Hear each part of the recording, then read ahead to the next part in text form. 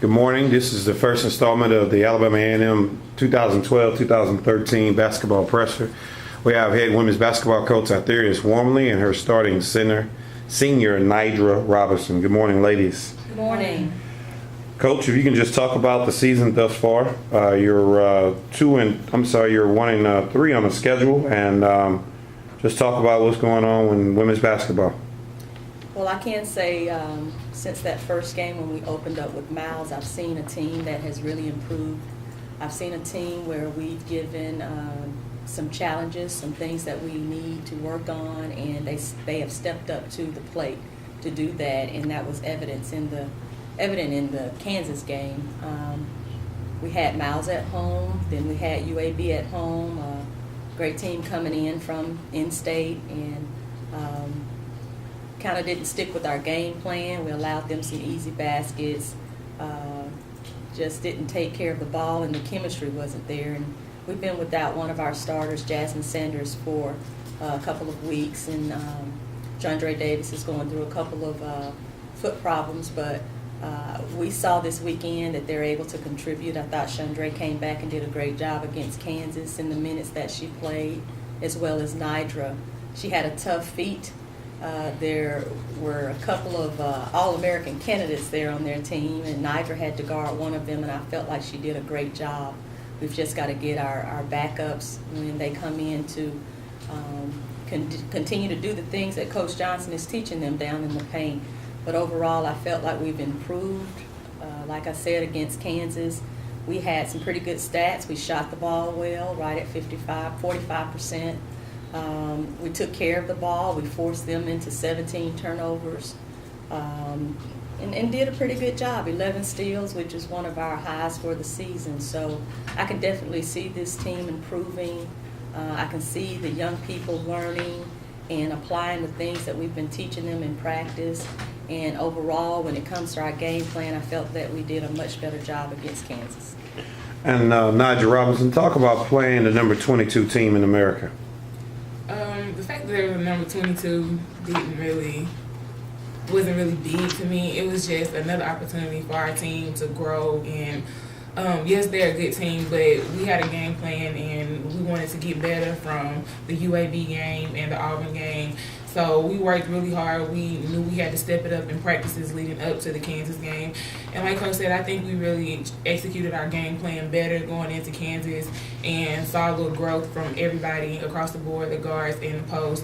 So saying that they were ranked, I mean, it was good to have the opportunity to play against them, but we have big games coming up as well, and we just look forward to giving it our all every time we go out to play. NaDra, what is the atmosphere when you go to a game like that?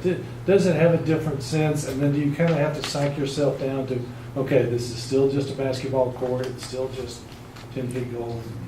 Well, Coach Lee, he always tells us that they put on their jersey and their shorts just like us. And I've been here 4 years, and I've got an opportunity to play bigger schools like that. But going in, it was the Jayhawk Stadium, and like everybody was really excited to be there, but we came, it wasn't like a vacation or anything, we came to take care of business. And they have great fans that came and turned out to the game, but it was really exciting going in to play, but you know that you're there to take care of business, and it's still competition. So What's been the coolest trip you've had?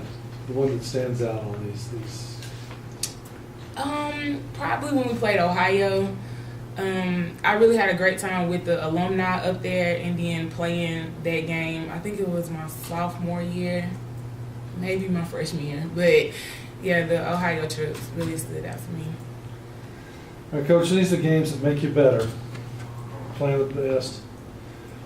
But how do you keep spirits up and keep the morale going when you get a row full of losses there? Well, we come back and we show them what we've done, what we did against a number, All-American candidate, and if we're able to do that against that caliber of a player, then that just prepares you better for SWAC when you get to the conference and you're playing that first conference all center. It's all in the way that you look at it. I think that we look at it sometimes kind of individually. NaDra, you've got to, this is what one of the top post players in the country is going to do. How can you defend it? and we take that and we use that to get better, not only as an individual but as a team. So I think that these games can definitely prepare you for your conference if you use it the right way. I don't think we come back saying we lost by 20 or 30 or whatever the case may be. We look at the positives as to what we did good, what are some things we have to improve, and then we come back and we work on it. Have you seen games where your kids are just too wide-eyed going into a game in these atmospheres? You have some where they start off that way. I think after about 5-10 minutes, then reality sets in, and we kind of settle down. But yeah, like she said, going into Allen Fieldhouse, where you've got a big, they've got a big museum right there out in front with the history of basketball, this game that we all love, and the main man who invented this game. And sometimes you do get a little wide-eyed, but we tended to settle down. It was a great atmosphere for us. From you being around this game as long as you have, how much appreciation did you have personally just to be in that arena and that atmosphere?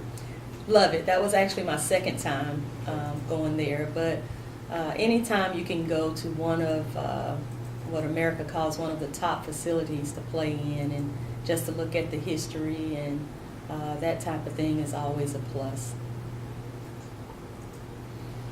Now Memphis. What challenges does Memphis bring for you? Well, they're going to look to run the ball. They're a lot like their men's program, looking to get to the basket, want to score quick. They're going to defend 94 feet a majority of the time, but that's something that we've seen already. Auburn, we faced Auburn, who pressed about 70% of the game. UAB did as well. So what we're about to face, we've already seen. It's just a matter of adjusting to their personnel once we get there. That was still a long way off. So what are the next 2 weeks for you? Practice, getting better, conditioning, building that chemistry. Those are the things that we're working on right now, getting stronger, correcting mistakes. NaDra, your reaction to that for the next 2 weeks, especially when she said conditioning. I'd rather We be know what that resting. means. Oh, well, we enjoy our off days, definitely, but we know we need the time to work on what we need to work on. Like she said, our team chemistry, and we really want to be in great shape when it comes for SWAC time. So these 2 weeks gives a lot of people who are injured and like what Coach called knick-knack problems to kind of get it together, because when Memphis starts, we have game back to back and back, and we want to give it our best effort. So we know these 2 weeks will really help us out to prepare for that long stretch into the SWAC.